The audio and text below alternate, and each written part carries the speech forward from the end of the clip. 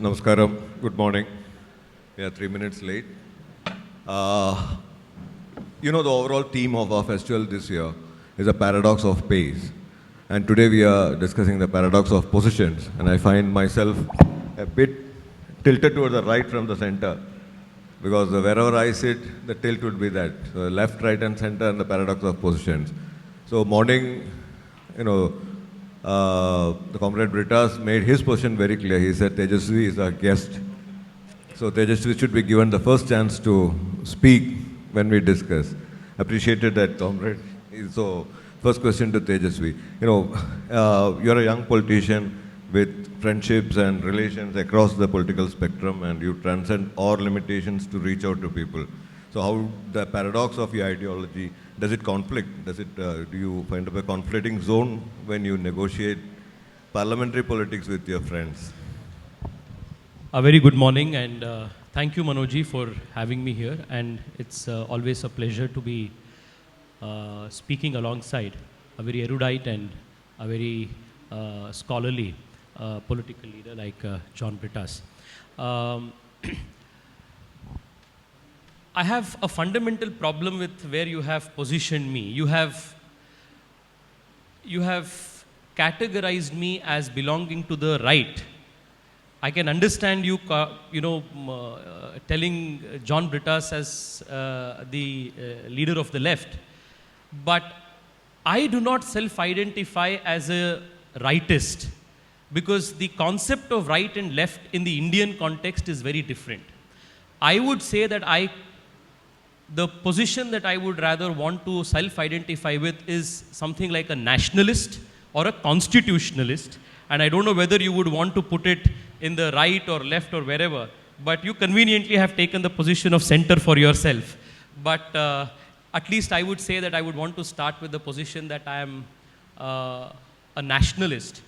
And to answer your question specifically of whether there are paradoxes of positions, there are certain paradoxes that come, I think, primarily for the leftists and their positions, and not somebody who espouses our thought of policy and politics. Let me give you 2-3 examples. I am very clear when I said I am a constitutionalist. I want the Constitution of India to be applicable to every part of this country, every inch of this country, in the same manner that it is applied everywhere. But the left parties in India, though they claim to be champions of the Constitution, opposed the abrogation of Article 370 and wanted to have a diluted version of the Constitution in Jammu and Kashmir. This is a position of paradox. I don't see a paradoxical position in my point of view. The left generally has claimed to be the paragons of free rights, free speech, and who have always supported freedom of expression. But if you go back and look at the judgments of the Supreme Court in India protecting free speech, most of them have come either at the time of the Congress ruling the country, and of course, they have always got the support of the left. The cancel culture comes because of the left, but they claim to be they take the position of paragons of freedom of speech and expression. I see a paradox right there. The leftist position, even when it comes to economy, is at the best hypocritical, and at the worst self-defeating. One of the most hardworking, one of the most talented young people in India, you will find them in Kerala. But half of them come to Bangalore or Karnataka to make opportunities or go outside of India because the left government has consistently failed them to give them opportunities in Kerala. This is again a position of paradox. So I would say in brief that this endangered species called the leftist, who is in his last legs in the country today, is a paragon of paradox, hypocrisy, and contradictions. Thank you. Comrade, serious charges against the left, and he is calling you an endangered species. How do you respond to that? I am very glad that Tejasvi has given me a runway now. Otherwise, I would have been little reluctant to take on Tejasvi and his party. He has hurled a couple of charges or allegations against my party and my ideology. Let me just start. See, the real paradox here in this nation is that it's not left, right, or center.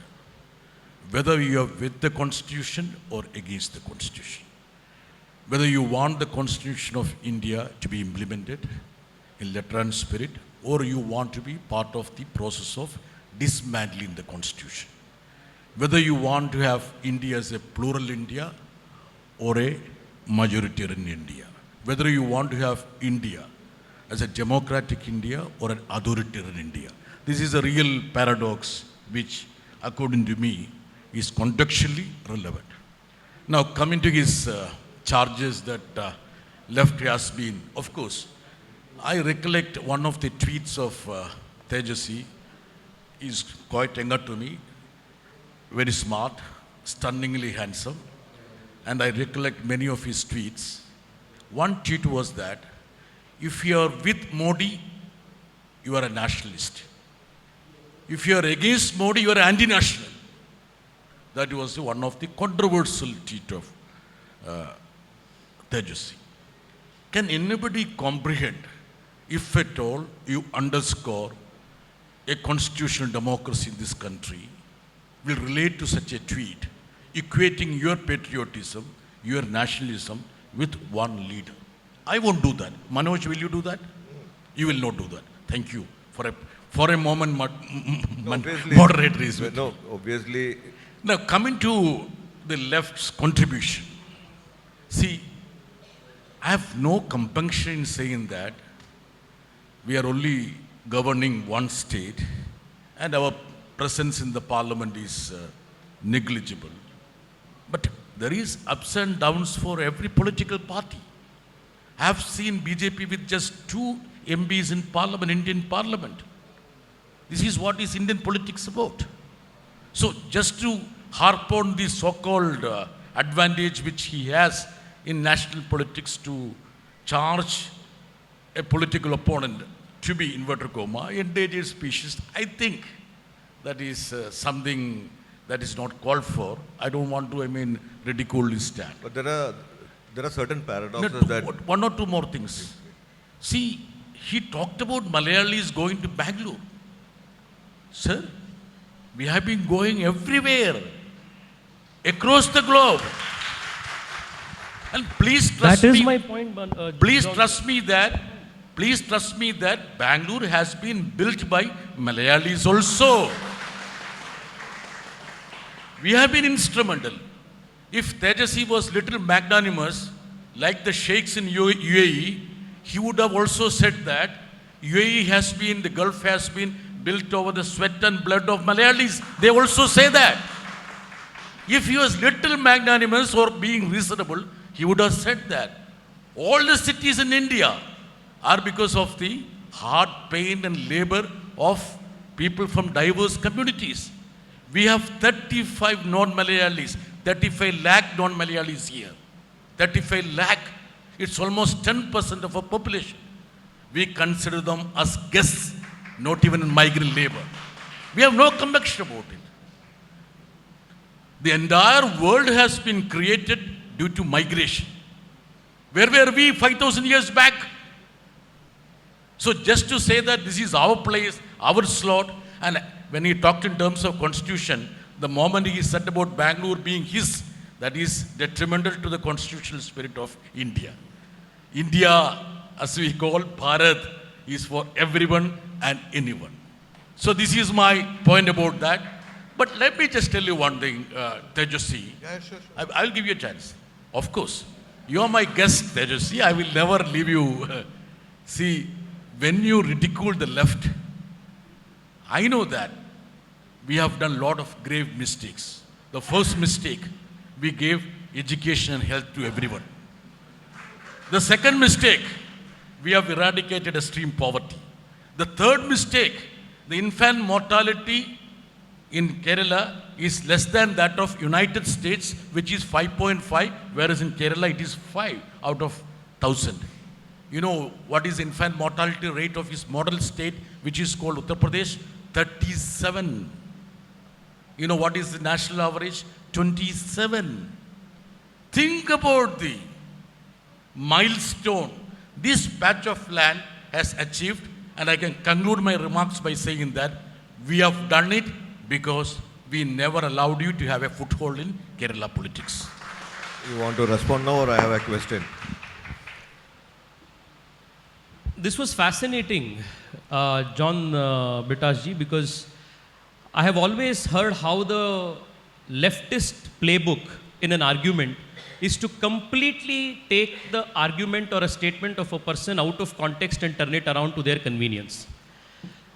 My position on the young Malayalis being forced to migrate did not come from the position that Bangalore belongs to me or Gulf belongs to somebody else and the young Malayali should not migrate there.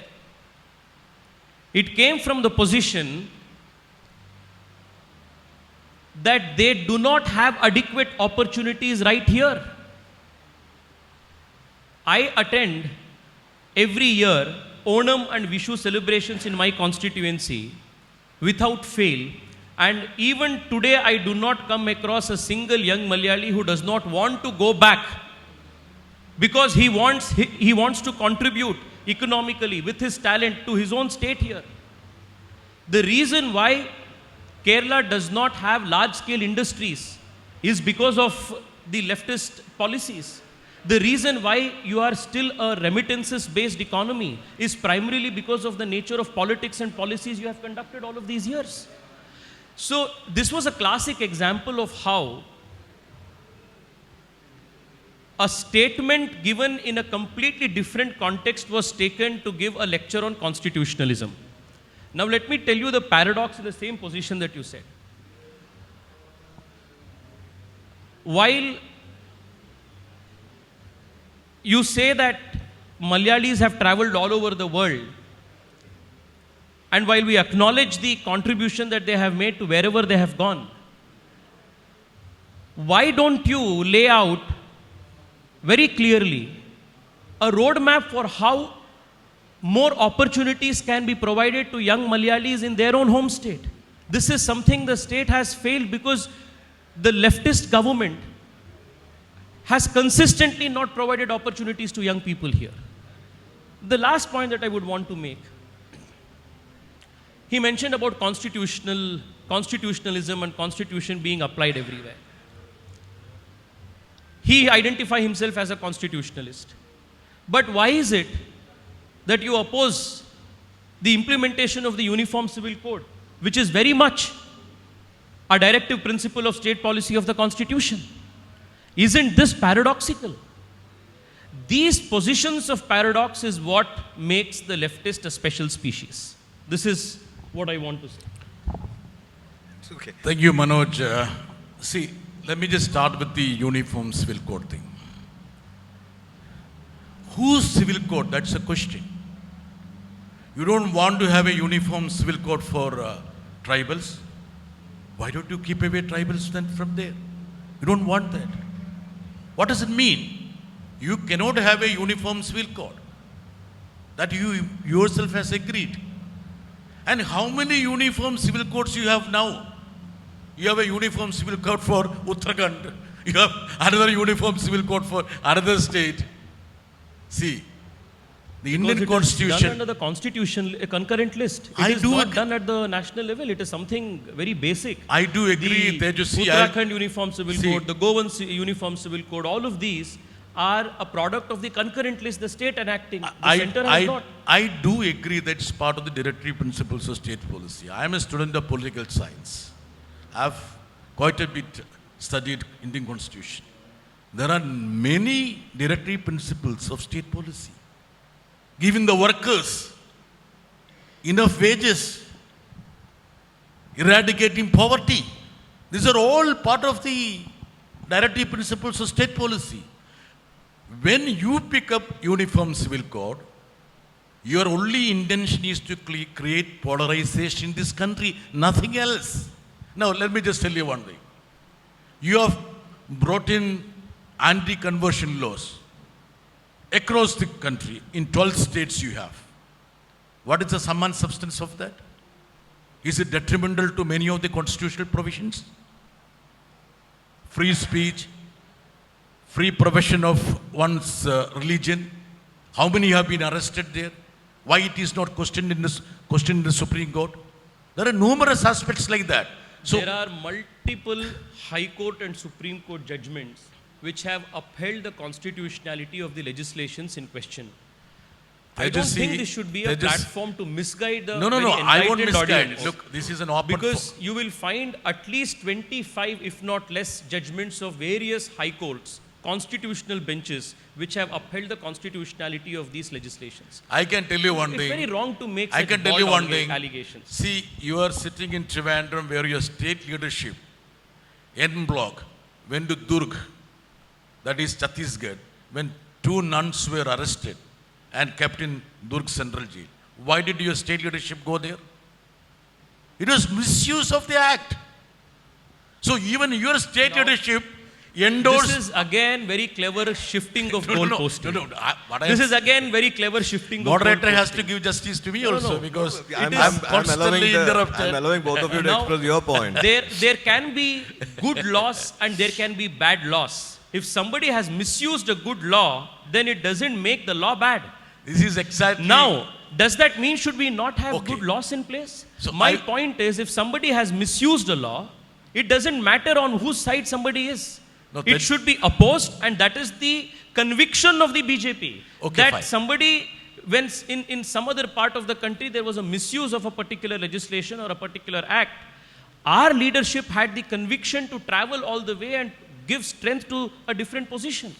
All right, This but- is what I'm saying is a position of conviction and not conveniently changing goalposts that is so endemic to the leftist politics. No, but, Since I am a host for him, I will not interrupt you. And Please take your let time. us not, replay the parliamentary proceedings here because on and often I am interrupted in parliament because we are a small negligible force there. See, couple of his charges that I am trying to make my view across so that this can be placed in correct perspective. He reminds me about the profound statement of Dr. Ambedkar. However a constitution is good, if it is in the hands of bad people, it will become a bad constitution. That's what Dr. Ambedkar said. When you enact a law, we have our own suspicions because your past is like that. I can tell you, narrate numerous incidents. In Bareilly, 2 gentlemen were arrested and kept behind the bars for 6 months. And the lower court, the judiciary district court asked, what was their crime? They kept a Bible at their house. That was the charge.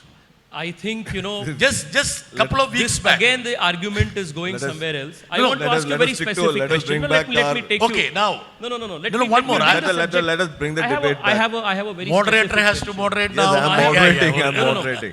Let us bring the Mr. debate John, I have a back very to the. simple question to you. Yes, please. I will answer every I agree. question. All right. Our intention of putting in a legislation may be wrong. But when you have been in power in states like West Bengal and in Kerala for long periods, Yes. why don't you bring in legislations that are a mandate of the Constitution in a very good, well-intentioned manner? Okay, I will answer that. Thank you very much. When you are in power, you never touch them with a barge pole. But when we bring, you say your intention is wrong. All that you are trying to do is pander to certain sections which do not wish the well for the Constitution or the integration of this country. Okay. This is very clear from how the communist playbook has always been. I'll give you an example. Tejasvi, now you The asked best question, example you is need the to allow Waqf. me to No. answer. I will definitely give you a chance to answer. Your party was at the forefront of opposing the reforms for Waqf. What was our position? Our position was lands that duly do not belong to a particular person should not be usurped by somebody just because somebody is making a claim. Right here in Kerala, I was part of the JPC that was a part of the JPC that drafted the act. There were multiple Christian delegations that came from Kerala before us and said, please bring in this law. Now you speak of some issue somewhere and, give it a color, but on record in the parliament, you and your party opposed the reforms to the Waqf that was so desperately needed to protect church lands here in Kerala. This is the classic example of the hypocrisy and the paradox of the left. Okay, thank you very much. me- Now, My Manoj, request to both the speakers is that let us not take the debate into the. no, I will never interrupt Tejas. He's my younger brother because I need to meet him also. No, I know the. No, but give me good little relation time to, between the two of you. Give me little time so that two aspects. I am one person who believes that the unity of this nation can be secured only if we have three prerequisites. This is my conviction. The first is democracy, second is federalism, third is secularism. These three prerequisites are absolutely necessary for keeping the unity of this country. So there's no debate over No those debates. points. All right. Now, he charged Kerala. Can I ask Tejasvi? Can you cite one single example of a communal clash or a riot in Kerala for last 1.5 decades? Can you cite an instance where one community is pitched against another community, which has created a catastrophic situation in this state? Even as per the statistics doled out by the Home Minister, the most peaceful state in India is Kerala. Undoubtedly, there is a coexistence of three major communities in Kerala. So, these are all palpable things. So, when you charge Kerala, you should also understand what is happening in other states which are ruled by your party. I can just cite you one example. This is actually something leads to a bigger menace. Couple of weeks back, in Bareilly, one Hindu nursing student called few of her friends to celebrate the birthday. You know what happened? The so-called Hindutva vigilantes entered the cafe and trashed the cafe There is and trashed, one thing that I very all the clearly people sense. there. I have to. Manojji, I'll tell you. I have to hang on. intervene As a political I have to activist, intervene here. as a political activist, there is one thing that I'm noticing very clearly.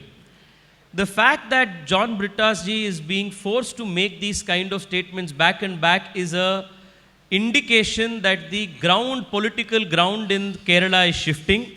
A large chunk of the Christian population have decided to vote for the BJP, which is why he wants to repeatedly go and make these kind of narratives to preempt that. And other than this, I don't think there is any motivation that is there behind making these kind of, these positions. Because my question still remains unanswered. My question still remains unanswered. Manoj, Why did you take the position that you took on Waqf? I'm coming to that. Did the position you took on Waqf, was it in favor of the churches in Kerala? Let me just give tell us you- a pointed answer. This is where I want to really come to. Waqf, when that bill was debated in Parliament, these people sold an idea to the Christian churches and the Christian clergy. The issue in Munambam would be resolved. At that juncture, we told them, these people are leading them to the garden path, going to cheat you. We did say that this Waqf bill has nothing to do with Munambam. You cannot go back. And we told the Munambam people and Christian church that the left government has the ability and the conviction to protect everyone in Munambam. And we protected. Even the High Court has favored us.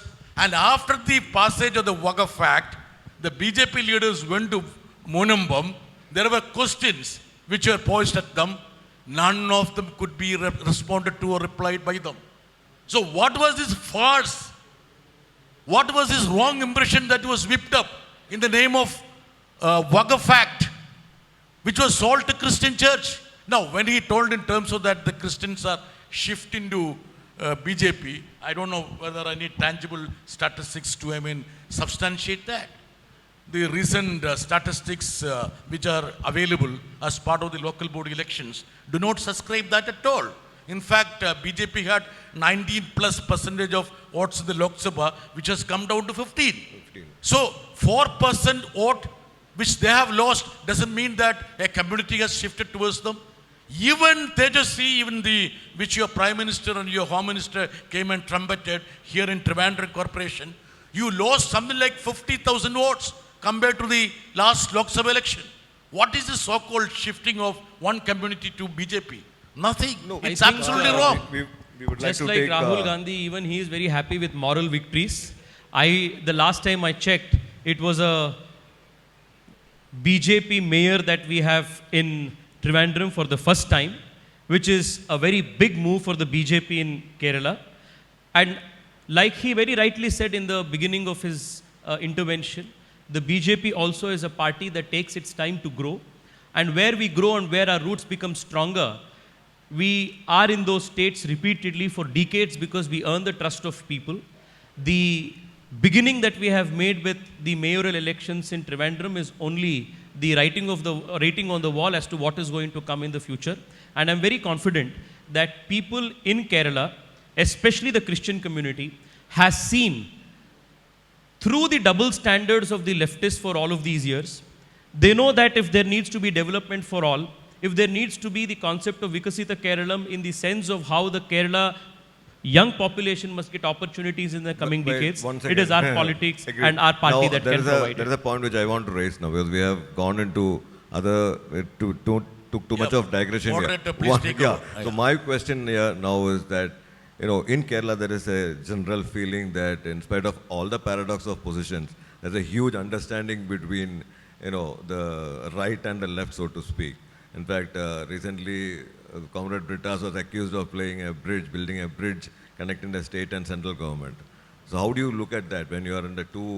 It's a question to me. Up to you also. Yeah, I have publicly acknowledged, being the representative of Kerala state, I am somebody who has to. How do you solve these differences between? I am somebody who has to represent the state of Kerala in Parliament and to deal with the central government.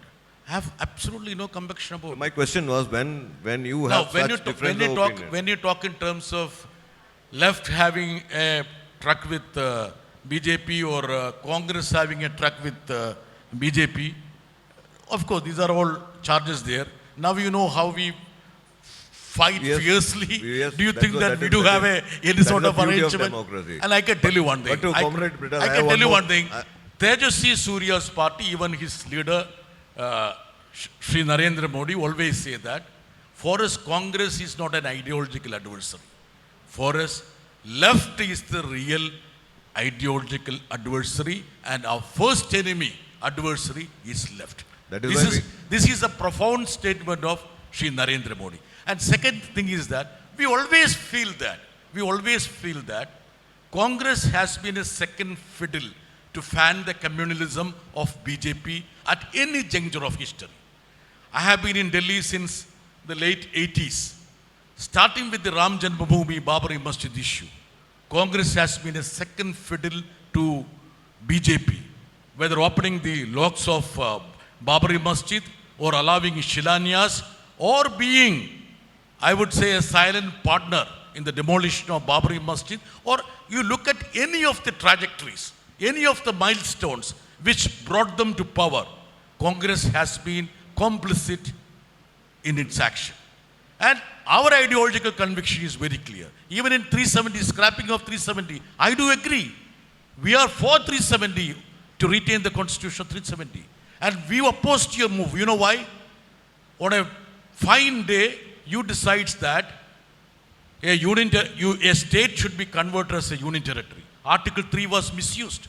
So tomorrow, you are unable to have state of Kerala. However hard you try, you will never get state of Kerala, I can tell you that. But you think that, okay, we will invoke that special clause and convert it as a union territory and we will send a lieutenant general either from UP or Bihar to rule the state.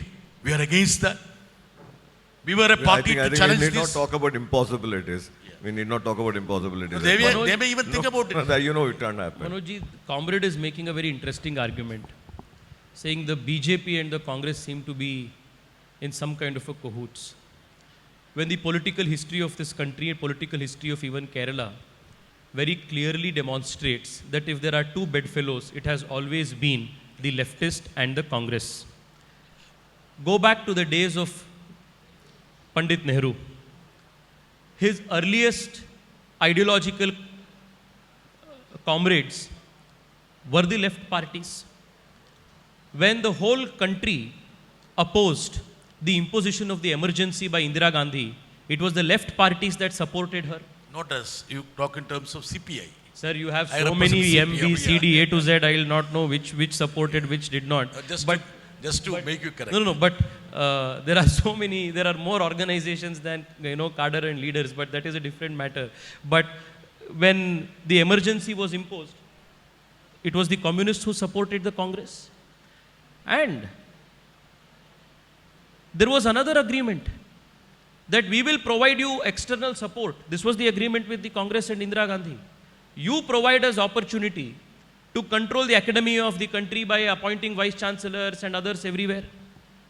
Here, if you look at the electoral data, the moment the left or the Congress party realizes that in a particular seat the BJP may thumb to victory, immediately there is a shift of vote at the booth level between the Congress to the leftist parties and the leftist parties to the Congress. So from ideology to booth voting, if there is two parties who are bedfellows in politics, it is the left and the Congress, and it has never been the BJP, because we are a party of conviction and not political convenience. So this is something that has been demonstrated very clearly throughout India's political history. Tejasvi, there's one question to you. That is, you know what, much more than ever we have witnessed in history, we see the governor's intervention in all southern states. Even in Bengal we saw that. So wherever a known BJP government is there, the governor is increasingly being used. So isn't that, literally sort of diluting the gubernatorial position in a constitution?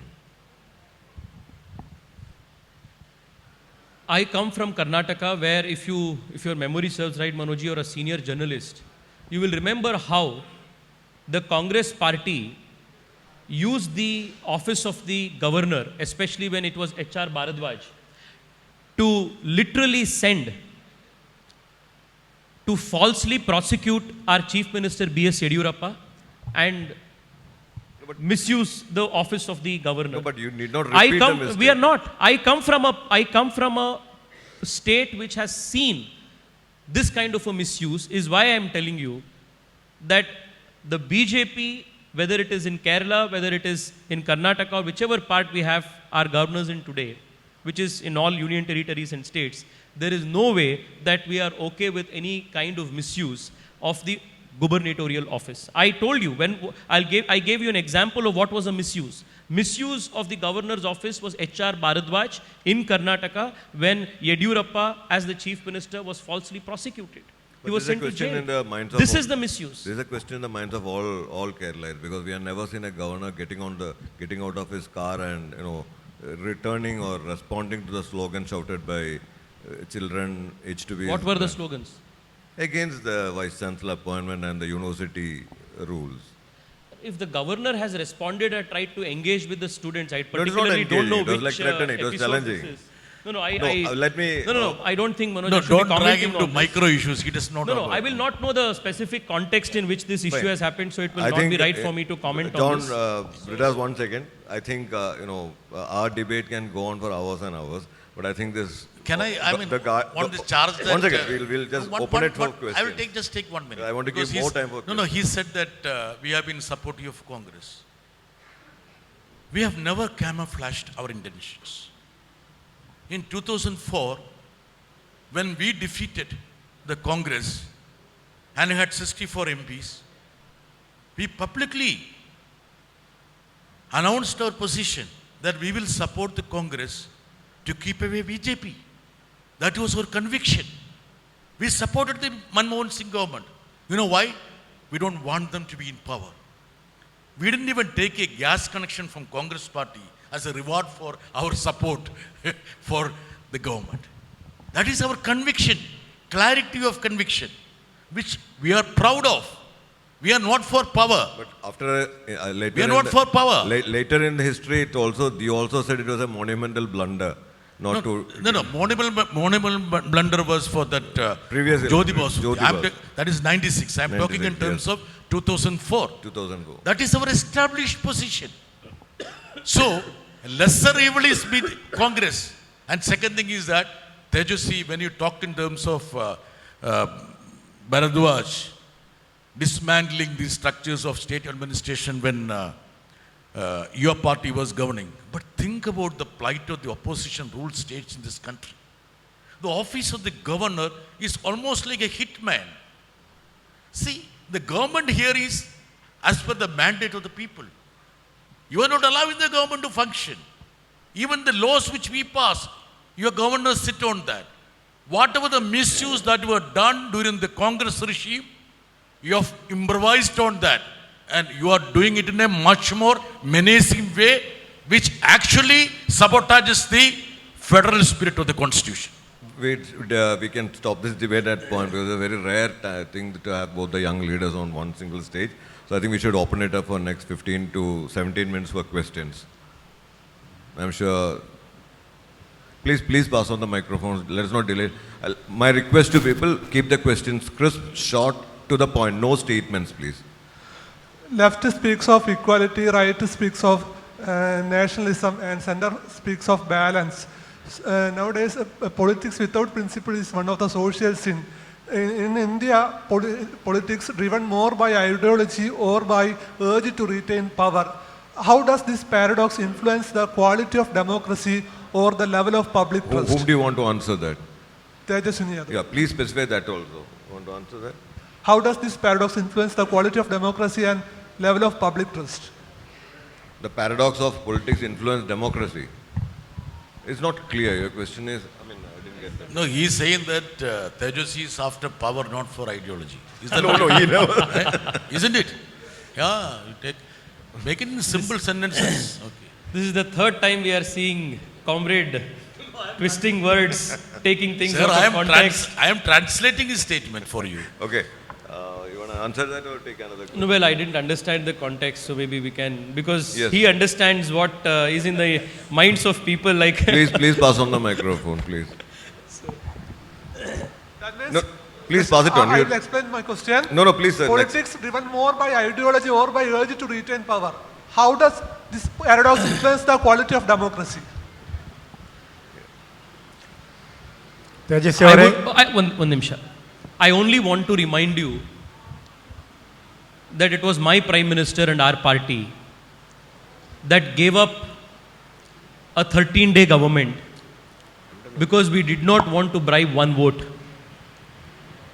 Our politics has always been based on conviction.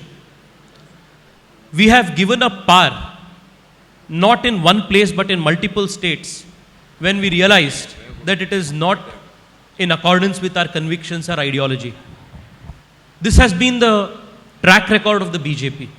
Contrast this to the Congress, which involved in the cash for votes and cash for bribes for vote scam. And you will know the difference between a party that is based on conviction and a party whose ideology is only power. This is the contrast. There are episodes from history that will remind you and show you the contradiction. Tejasvi, namaskara, Kerala Suswagada.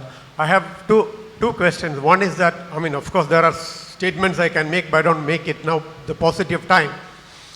Karnataka has been under BJP rule from 2006 onwards. But when you compare with Kerala, I find that Karnataka standard, I'm a resident of Karnataka for the last 25 years. But I believe that the standard is really going down in terms of infrastructure, in terms of everything, number one. Number two, you are chasing Muslims all over Uttar Pradesh, BJP. But if you look at the statistics, India has about 26,000 crores of beef export coming from India, out of which 43% is coming from UP.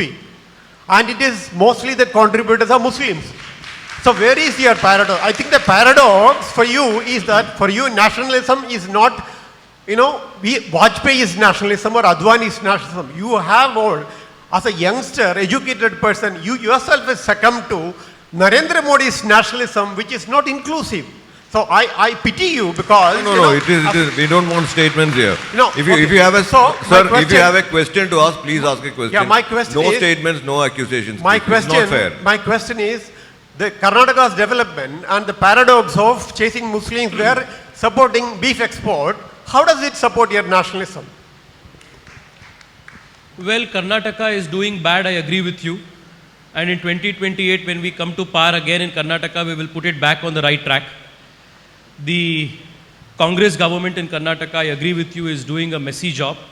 And I hope that day is not far away when we will come back and we will set things right. I agree with you on that.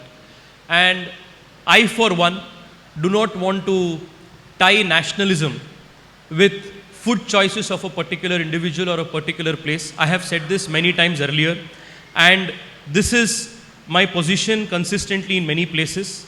But please get your facts right. The export of whatever meat we do in India is actually cara beef. And if, you know, we don't as a society go beyond these kind of debates, which actually have no value in creating a developed aspirational society, I don't think we will go long for a very long time. I think time has come for us to move beyond these templated, cliched arguments and define nationalism in the constitutional sense, in the sense of how each person is given his due respect, and that is something that I come from. I think any other kind of interpretation is paradoxical, and it is something that the constitution does not allow for. I am very glad that Tejasvi, after landing in Kerala, he has become a bit inclusive now. And I wanted to remind you earlier, comrade, when you spoke about how there is no violence in Kerala, please go back and look at the track record of the communists. The highest political murders that take place in India took place in Tripura, took place in West Bengal when you were in power, takes place even now in West Bengal because of the residue of the culture, political culture that you set in. The highest number of political murders that still take place, unfortunately, is in communist Kerala, because that is the nature of the politics that you have put in place here. I couldn't complete it because I was just saying that I was trying to congratulate Tejasvi for saying that. So you giving me a certificate of inclusiveness coming from a party that practices political murders as its, as its main Hold on. strategy of political expansion is something that is too high-handed. He will not even allow me to congratulate him because he said that anybody can have the choice of their food. He belongs to a party which tried to, exonerate those people who killed a hapless man, Muhammad Akalak, alleging that he had beef in his refrigerator. And yesterday only, the Shankaracharya accused Yogi of exporting beef from Uttar Pradesh and the paradox which he doled out. And third thing, when you talk in terms of the murders, of course, the Crime Records Bureau's statistics would be available to anybody. Let's see what is that. But I can tell you one thing. 3,000 Muslims in Gujarat died out of pneumonia and flu, not because of any external intervention. Move to the next question, please. No. It's a very interesting statement. I want to ask if there are at least 2-3 researchers here who are interested to do some real ground digging on these things. Please make an objective study of when the highest number of riots in India have taken place, and the evidence will be very clear before you that the largest number of communal violences and deaths attached to communal violences in India has taken place when the Congress and the left parties have come to power, whether it is in the states or whether it is in the center. Please go and check this on Google, on whatever fact-checking website or integrity that you want. This is the reality of this country. Since the last 11 years, since we are in power, there is no major communal riot in India because that is the kind of inclusive politics the BJP has given. But what the Congress and the leftists have done throughout in the history of this country's politics is that thousands have been killed in the name of religion and secularism. This is the reality, harsh reality of this country's history, political history. We move to the next question. Hello. Tejasvi, question to you. So India is becoming a big economy in the world, now third. And you mentioned that Kerala youth, educated youth, migrating, we don't have the opportunities of migrating. But we are not migrating to India, within India. We are leaving India. Why? Not only from Kerala, To the question, sir, please, to the question. From the Gujarat and Maharashtra and Kerala, the educated youth are leaving India. We are not just leaving our state. Why? I don't think your assessment is right. The numbers of the economic survey does not say this. There is a large number of migration that is happening within India to places where young people are seeking opportunities. Please come to Bangalore, you will know.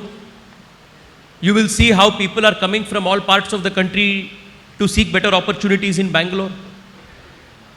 I don't have to go beyond my constituency to know how people are coming from northeast, how people are coming from the north and west, and how people are coming in large numbers from even Tamil Nadu and Kerala for want of better opportunities and economic growth to Bangalore.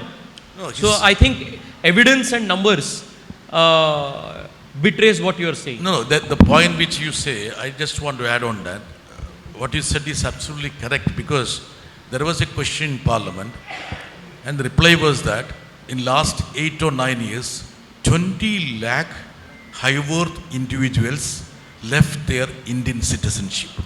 It's a fact. 20 lakh high-end individuals renounced their Indian citizenship and went abroad. It's something which is mind-boggling. People will have to understand that. No, but, Why do they go? Brittas, I will- This is statistics. No, it's Just one good second. that he I have brought the this up. figures here. Weren't they living abroad for years? It's good that he brought this up, that comrade brought this up. One of the primary reasons why doing business in India is so difficult is because of the socialist, communist, license quota permit Raj that the They went Congress from and Gujarat, the sir. communists They went from had Gujarat. set up as a structure of the country's politics the last 70 years. I am chairing a parliamentary committee on decriminalization. There are at least 1,000 plus legislations that we have identified, provisions in legislations we have identified, which the country's government is going to decriminalize. All of these, if you trace back as to who did these legislations, when they came about, either it came because of the Congress when the left was supporting from outside, or it came because of a socialist bent of mind or a communist bent of mind. That is the reason why a lot of people travel outside of India. I can assure you, in the coming few years, ease of doing business in India will be much, much easier.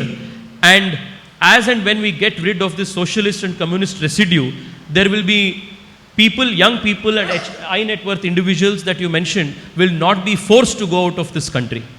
This is a reality that will happen in India very soon. Let's hope. Yeah, go move to the next question, please. Yes. Yeah, so, Microphone, yeah. I have one question for each of you. Tejasvi, you spoke at the outset about your idea of nationalism, and some time ago also you also spoke about it. Would you agree that the idea of nationalism that you have is in variance from the kind of idea of nationalism that your party cadre across the country has? This is in light of reports which, where we hear stories about people being forced to chant slogans to prove their nationalism and their nationalistic credentials. That is a question to you.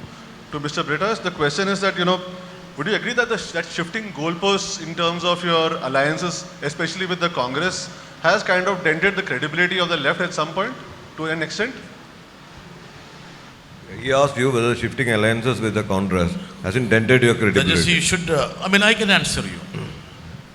See, I told you that our first political adversary, ideology-wise or politically, is BJP. We have no hesitation in making our stand very clear about it. So in order to keep BJP out of power, we have no difficulty in extending our hand to Congress. And this is not something which is done in a shroud of secrecy. We have made our stand very clear about it. So you should rather appreciate the pragmatism and ideological conviction of left rather than accusing us of being, say, opportunistic. This is our ideological conviction. And I can tell you one thing. See, when we do that, suppose you can accuse us of being opportunistic, if at all we demand anything from them. Say, hard bargain for portfolios or some powerful positions. You know very well, as Manoj said, we were offered the prime ministership on a platter. We refused. In 2004, when we supported Congress, we could have got the plum portfolios. We refused to hold it. We didn't take any special prerogative or privilege or facility for extending our support. This is part of the ideological orientation and conviction of the left parties, and this is something which makes us impeccable in our political postures. Point clear. You want to answer the first part of that question?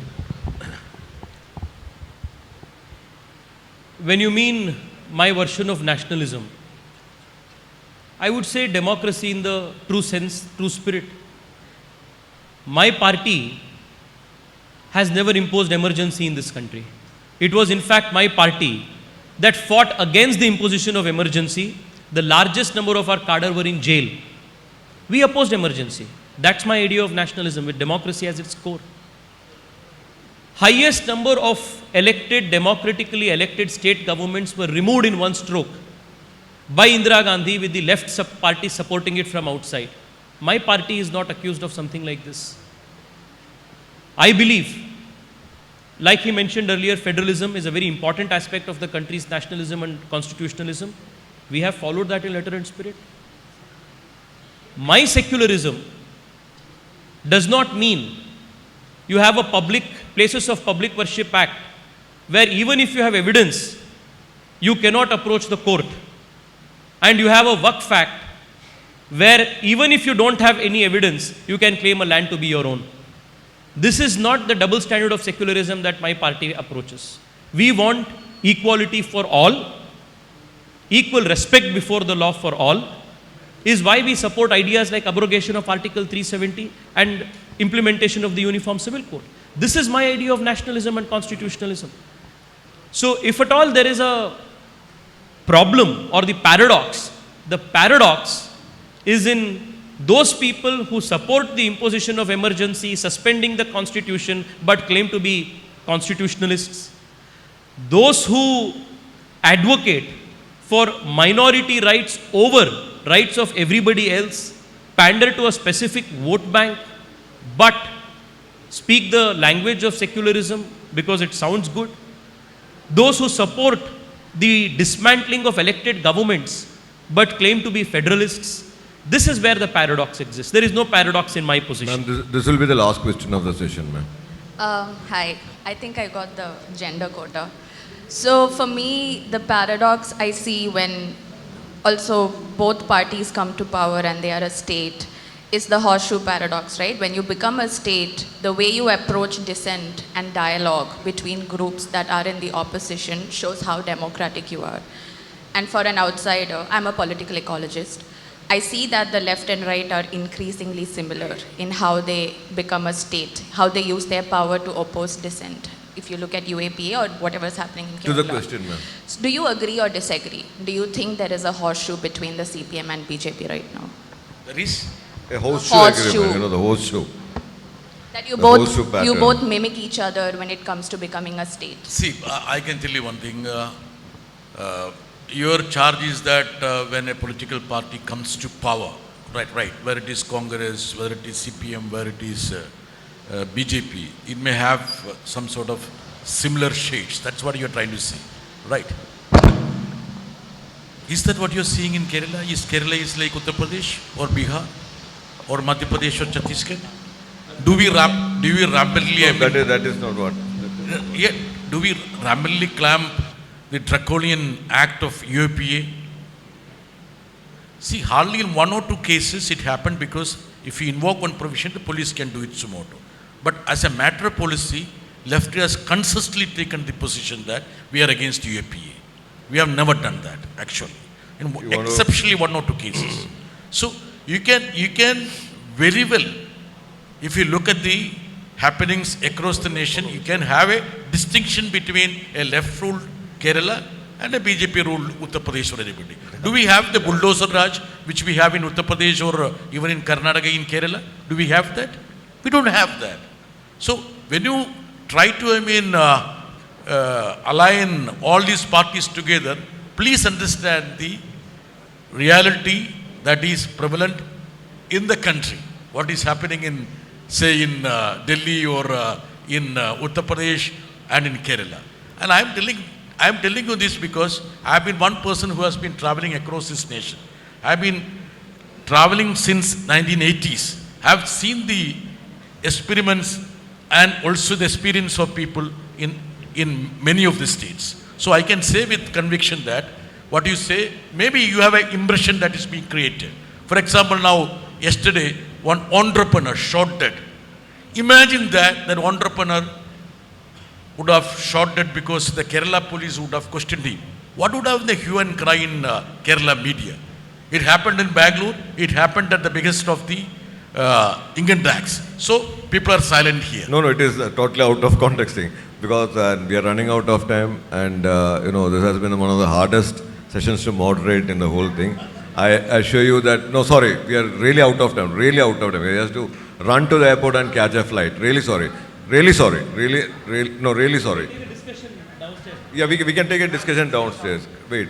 So thank you very much for being an understanding, politically vibrant audience. Thank you, Tejasvi and Brittas. I know, in spite of all the paradoxes they have the best of personal relation also between them. And I am a witness to that.